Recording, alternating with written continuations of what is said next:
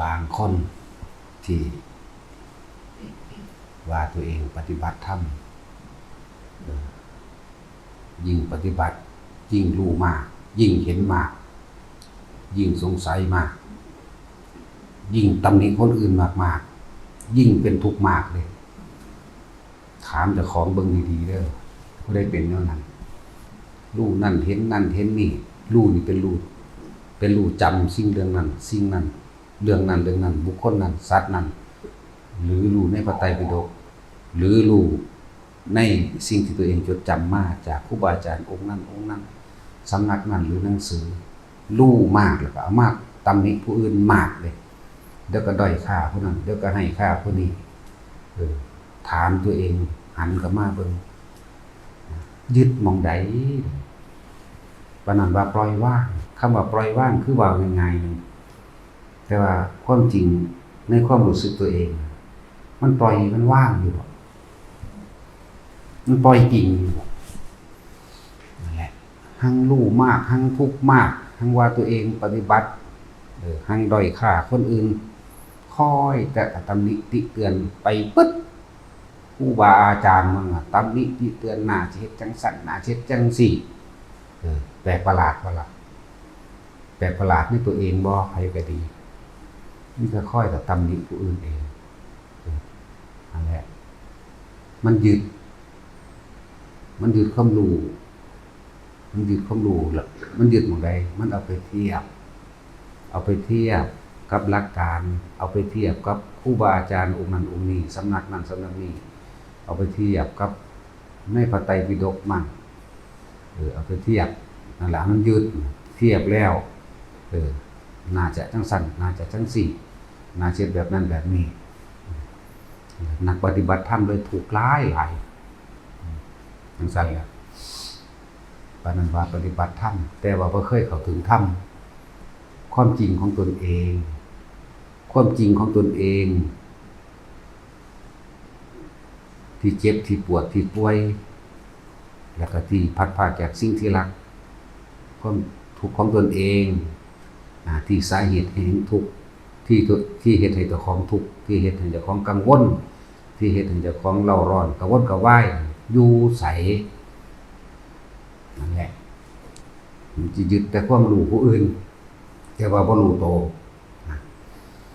ทุกข์กับความคิดของเจ้าของบุญไหว้ไปกับความคิดของเจ้าของความคิดที่มันเข้าไปเทียบนั่นแหละเรียกร้องนั่นเรียกร้องนี่เด้ปานนั้นว่ามันละมาปฏิบัติมาปล่อยมาว่างเรียกร้องเอาอันนั้นเรียกร้องเอาอันนี้เรียกร้องให้เฮ็ดทั้งสั้นให้เฮ็ดทั้งสี่แปลกประหลาดเมื่อไหร่นั่นแหละจังว่ามันบ่หันเบิ่งตัวเองมันบ่หันเบิ่งความรู้สึกตัวเองหั่งปฏิบัติหั่งทุกข์หั่งรู้มากรู้หลายอุ้ยหั่งทุกข์หั่งกังวลหั่งคอยแต่ตำหนิผู้อื่นเด้คือบ่เฮ็ดจังซั่นคือเฮ็ดจังซี่แบบนั้นแบบนี้ยกหาเหตุผลกลไกต่างๆมาอ้างแต่ว่าบ่เคยเห็นความจริงของเจ้าของว่าตัวเองกำลังยึดมั่นถือมั่นกับเรื่องใดหลักการใดนั่นแหละเอาสังเกตเบิ่งอยู่นี่เรียกร้องกันนั้นนี่หลายแต่ละคนมันตะนายคือหยังนี่เขาบ่เบิ่งเจ้าของเองนั่นแหละหันเข้ามาเบิ่งว่าเจ้าของเรียกร้องอีหยังอยากให้เพิ่นเฮ็ดหยังอยากให้เพิ่นเฮ็ดจังได๋สิถูกใจนั่นบ่ล่ะเรียกร้องบ่ล่ะถูกใจบ่ล่ะจังซั่นแหละเรียกร้องอยากให้เพิ่นเฮ็ดให้เจ้าของมันดูให้เจ้าของทุกอย่างนั่นแหละบ่ว่าเรื่องอาหารการกินบ่ว่าเรื่องที่อยู่บ่ว่าเรื่องน้ำบ่ว่าเรื่องไฟอยากให้ติดแอร์พร้อมพุ่นแล้ว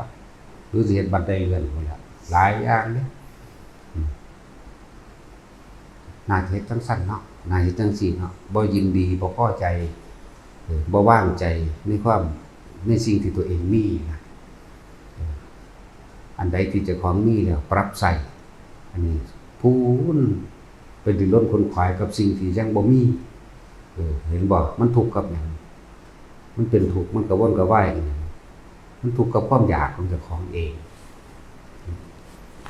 เบิดทุกคนล่ะแต่เฮาเรียนมานี่ อันใดบ่ถูกใจค่อยเถาแวดจริงๆก็นั่นว่าแต่ของปฏิบัติธรรมถ้าเว้าเรื่องรู้นั่นรู้นี่เว้าดีๆดอกรู้นั่นเห็นนี่แบบนั้นแบบนี้จังซั่นจังซี่เว้าแต่ว่าบ่เคยรู้สึกตัวว่าเจ้าของกำลังกังวลนั่นแหละทุกข์คำว่ากังวลคำว่าอยากได้ดังใจคำว่าอยากให้ผู้อื่นเฮ็ดแบบนั้นแบบนี้อันนั้นละทุกข์อันนั้นละสาเหตุแห่งทุกข์อันนั้นละพบพร้อมสร้างพบไว้ในขณะที่ตัวเองอยากให้ผู้อื่นเฮ็ดแบบนั้นแบบนี้ดังใจที่ตัวเองอยากให้เป็นบ่ทันอารมณ์เจ้าของเองสิมาเรียกร้องเอาหยังอีก็คือว่าเฮาอยู่ในนี่ก็ว่าสำบายสุดยอดในโลกนั่นล่ะมันมีหยังบ่ทอมนี่หรอกแต่เฮาเฮ็ดมาแต่เฮาไปปฏิบัติมาแต่เฮาฝึกหัดปฏิบัติโดยตนเองมาบ่มีไผพร้อมอยู่ในป่าอยู่ในดง5 ปีบ่มีผู้ใดมาอุปถัมภ์อุปถัมภ์บ่มีผู้ใดมาสนใจจังซั่นแหละบ่แม่นว่าหามาอยู่นี่สมบูรณ์ขึ้นมาเลยเด้ขนาดมาเฮ็ดอยู่นี่ก็ถากถางเอาพอแห้งเด้ทางเฮ็ดหม่นป่าหม่นดงมาเด้นั่นแหละให้เฮาเบิ่งปัจจุบันตอนนี้เฮามีสิ่งนี้พอได้อยู่พอได้อาศัยเป็นผักที่ภาวนาเป็นที่สัพพยะดีแล้วเหมาะสมหรือควรแก่การปฏิบัติแล้วบ่ต้องมาเรียกร้องอีหยังอีกดอก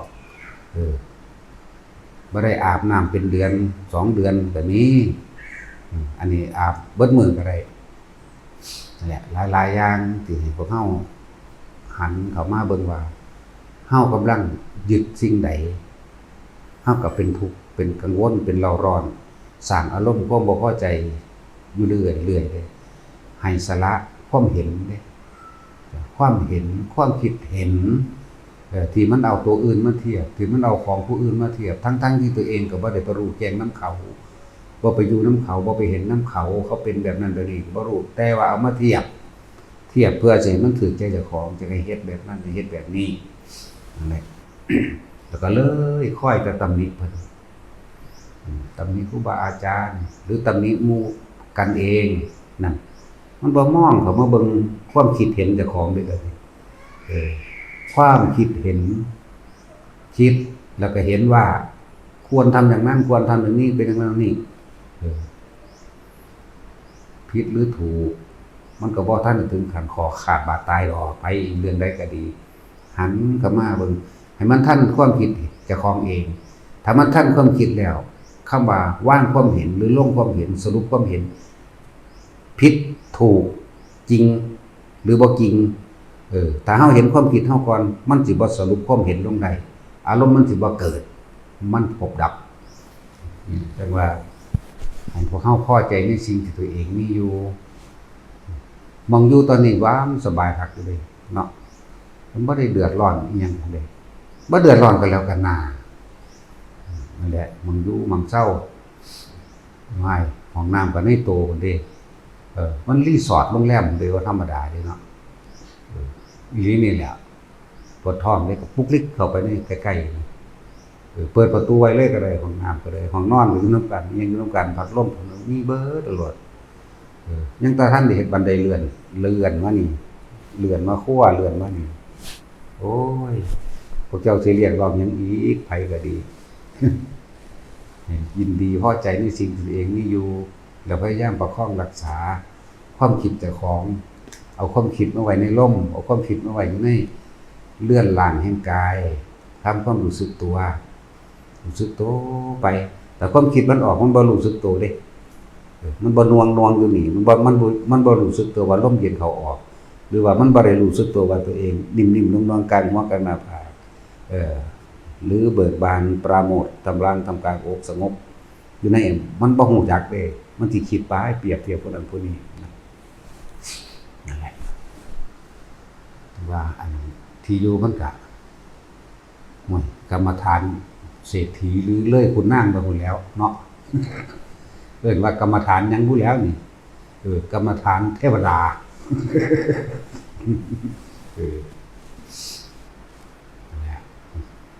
เทียบให้ฟังว่าความลำบากมันต่างกัน พวกเขามันถูกแคบบ่ได้ดังใจในความอยากสุขสบายซื่อๆเด้แต่ว่ามันบ่เห็นความคิดเจ้าของเองนั่นแหละเป็นหยังหังปฏิบัติธรรมหังรู้หลายหังกังวลหังเราร้อนหลายหังไปหาตำหนิผู้อื่นหลายตำหนิไปเบิดเอาโลดบ่ได้ว่าไผละหมู่ภิกษุสงฆ์มื้อนี้คือกัน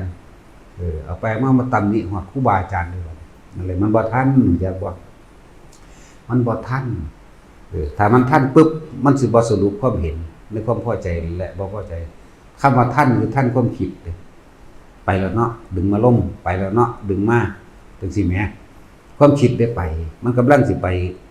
ใครควรพิจารณาว่าโอ้ยน่าสิจังซั่นอาจารย์ก็ได้น่าสิจังซี่เนาะโอ้ยจะไปเฮ็ดอีหยังดูดอกว่าเนี่ยคือมันบ่ทันได้ทันตัวนี้ถ้ามันทันกำลังคิดอยู่นั่นฝ้าวดึงขึ้นมาก่อนมันสิสรุปความเห็นมันจะสรุปแล้วมันสิมีคำว่าพอใจกับพอใจนั่นแหละตอนนี้มันบ่ทันมันภาวนาหน่อยภาวนอนหลายเนาะมีแต่ผู้อิ่มๆอ้วนๆอยู่นี่กรรมฐานหมูพวกนี้กรรมฐานหมีทั้งหมูทั้งหมีอยู่ได้นี่เบิดเอาโลดกรรมฐานกูนี่พวกแล้วนี่แต่น้ำหนักเพิ่มขึ้นไปเลยเป็นหมูเป็นหมีเบิดแล้วใช่แล้วกินแล้วมันก็นอนตัวมันสิเป็นหยังหยังมันอิ่มคักโพดแนวกินเลือกกินเอาอยู่ว่าซั่นธรรมดาบ่การสั่นอาหารหน่อยเป็นเหตุเนี่ยบ่ค่อยมีโรคเด้คนสั่นอาหารหน่อยกินอาหารแค่คาบเดียวนี่หลายอย่างมันสิปรับตัวเองให้ธาตุเด้อถ้าเรากินอาหารหลายธาตุในร่างกายเฮาธาตุไฟธาตุลมธาตุน้ำนำมาใส่เฮ็ดให้ป่วยเป็นโรคมากเข้าใจว่าล่ะแล้วก็การที่กินแล้วก็นอนเฮ็ดให้บ่แข็งแรงก็ย่างแน่เป็นหยังโดยนี่ย่างแน่อันนั้นให้มันเผาผลาญไขมันออกแน่เผาผลาญโรคออกแน่กินมากโรคมากเด้อนอนมากก็โรคมากอีกอันนี้น้อยพอไปได้จังได๋เฮาก็ต้องตายอยู่ดีนั่นแหละสังเกตเบิ่งโลดพระผู้เพิ่นสันทีเดียวมันโอ้วันที่2เดือน3เดือนบ่สันก็มีเพิ่นคืออายุยืนพวกเฮายันแต่บ่ได้สันสิเอิ้นว่าสันหรือเอิ้นว่าสีแตกบ่แต่ว่าของหวานกูมีทุกชนิดผลไม้กูก็มีทุกชนิดคือกันอาหารทั้งพืชพันธุ์ทั้งอาหารสัตว์ต่างๆมีทุกชนิดกุ้งหอยปูปลาหมึกกุ้งเนาะมีกระตัวว่าไงเฮาแขนโอ้ยกรรมฐานหมูนี่จะว่าดูนั่นแหละเดินจงกรมมันมากๆนี่เลยเดินก็บ่แม่นว่าเฮาสิไปเดินแต่อยู่หม่องเฮ็ดไว้ดอกเฮาเดินในหูดังเฮาดอกเดินในหูดังเดินในความรู้สึกตัวเฮาเองเด้บ่แม่นว่าเฮาสิอยู่เฉพาะที่แคบๆย่างไปตามภูตามผาเดินไปอ้อมวัดหยังก็แล้วแต่กรรมฐานที่ตั้งแห่งการกระทำเฮาอยู่ลมนี่หรืออยู่อุณาโลมนี่เด้กรรมฐานฐานที่ตั้งแห่งการกระทำทั้งจิตทั้งใจนี่เด้บ่แม่นไปกระทำแนวอื่นนั่นแหละแต่ก่อนก็เป็นหลายโรคเพราะว่าสแตกหลายที่จักว่ามาที่แรกว่าเป็นโรควันใดได้เป็นอันนึงเพราะแต่ว่าเบาหวานเดี๋ยวนี้9โรค10โรคมันก็เป็นตาแสบขนมมันนี่ก็เป็นตาแสบกินอยู่เบิดมื้อเท่าค่ำมาโลดโอ้ยแล้วสิพาร่างกายเจ้าของย่างไปก็บ่ได้เลยคือว่าตุกตักไปมันหนักอาหารธรรมดาว่ะหนักอาหารซะแล้วหันเข้ามาสังเกตจิตเจ้าของดีๆความคิดถ้ามันคิดไปเรื่องนั้นฝ้าวดึงกลับขึ้นมาลมแน่อุณาโลมเฮาเองแน่พวกเฮามันเข้าใจแล้วล่ะเรื่องอุณาโลมเรื่องลมเรื่องความรู้สึกในกายนั่นแหละอย่าเพิ่งไปสรุปความเห็นสรุปความเห็นน่ะคือเกิดอารมณ์แล้วพอใจกับบ่พอใจอารมณ์พี่เฮาเอาความกังวลตัวนี้พอใจกับไม่พอใจนี่เป็นตัวภพ พอใจแบบโลภเจ้าก็เกิดอบายคือเก่านั่นแหละถ้าพอใจถ้าโมโหเลยก็นรกคักแล้วแต่จุดหมายเฮามีจุดหมายเดียว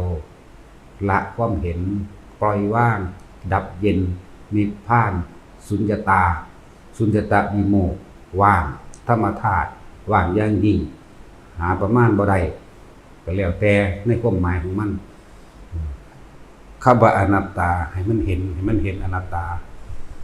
ให้มันเห็นความเกิดดับของความคิดของเฮาความเกิดตัวนี้มันสิเร็วมากๆเกิดดับคิดเรื่องนึงดับคิดไปอีกเรื่องนึงนั่นละมาเกิดดับ1 2 3 4 5เรื่องแต่เฮาบ่ทันมันเองคิดถึงบุคคลนั้นสัตว์นั้นสิ่งของนั้นเรื่องนั้นอันนั้นนี่ว่าเกิดดับถ้าไม่เห็นแล้วมันบ่สรุปความเห็นคำว่าอัตตาตัวตนคือความรู้สึกเกิดบ่ได้พบดับถ้าพบดับแล้วมันจะยังไปเกิดจิตบ่มีหม่องตั้งความรู้สึกเฮาบ่ได้ไปตั้งเพราะว่าเฮาบ่ไปคิดถึงบุคคลนั้นแล้วก็ปรุงแต่งเรื่องนั้นสรุปความเห็นว่าต้องเป็นแบบนั้นนั่นอารมณ์เกิดปั๊บเห็นบ่อารมณ์เกิดดับพอใจมั่งบ่พอใจมั่งพอใจมั่งบ่พอใจมั่งอาศัยความคิดถึงบุคคลนั้นสัตว์นั้นสิ่งของนั้นคิดหมุนอยู่จังซั่นเรื่องวัฏฏะคำว่าวัฏฏะสงสารคือความคิดทั้งหลายหมุนเวียนรอบแต่อันเก่าหมุนไปอยู่เฉพาะนี่เพราะว่าเฮาบ่รู้คือบุญมั่งบาปมั่งจะว่าบุญก็ว่าคันใดนั่นแหละคือความอยากได้ดังใจเรื่องนั้นเรื่องนี้เรื่องนั้นเรื่องนี้หมุนเรื่องว่าวัฏฏะสงสารมันก็จะวัฏฏะแปลว่าวนแปลว่าเวียนแปลว่ารอบแปลว่าวงกลมสงสารก็มาจากคำว่าสังขารเลยเวียนรอบเวียนว่ายตายเกิดที่นี่ภพ31ภพ30ภูมิว่าวัฏฏะสงสารเพราะว่าพวกเฮาว่าท่านความคิดของเฮาเองคิดเรื่องนั้นคิดเรื่องนี้อยากได้แบบนั้นอยากได้แบบนี้ศูนย์ให้ผู้อื่นพุ่นเด้บ่ศูนย์ให้เจ้าของเด้เนาะยังเห็นกันเด้เพิ่นนั่นว่าเด้บ่เบิ่งเจ้าของเด้นั่นแหละทางปฏิบัติธรรมทางทุกข์เป็นหยังมันจังทุกข์ตอนไปเห็นความคิดเจ้าของทางรู้มากทางกังวลมากทางตำหนิติเตือนผู้อื่นมากมันบ่กล้าปานก็ว่าในใจนั่นแหละบ่อยากว่าล่ะความคิดอยู่ในใจของไปมันก็ดังอยู่เด้เนาะเอาพอครับ